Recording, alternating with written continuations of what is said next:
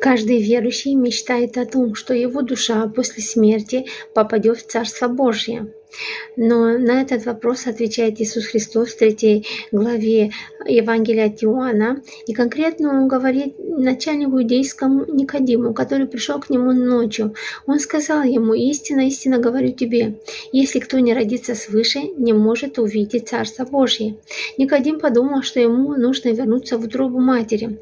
Но это невозможно, да и не нужно, потому что рождение свыше мы получаем, когда мы погружаемся каждый день и постоянно в Слово Божье, размышляем над Словом Божьим. На это Слово приходит Дух Святой. Мы крестимся Духом Святым.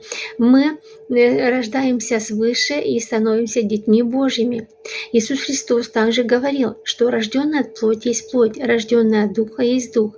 И для того, чтобы войти в Царство Божье, нужно родиться от воды и Духа. Это единственный путь спасения.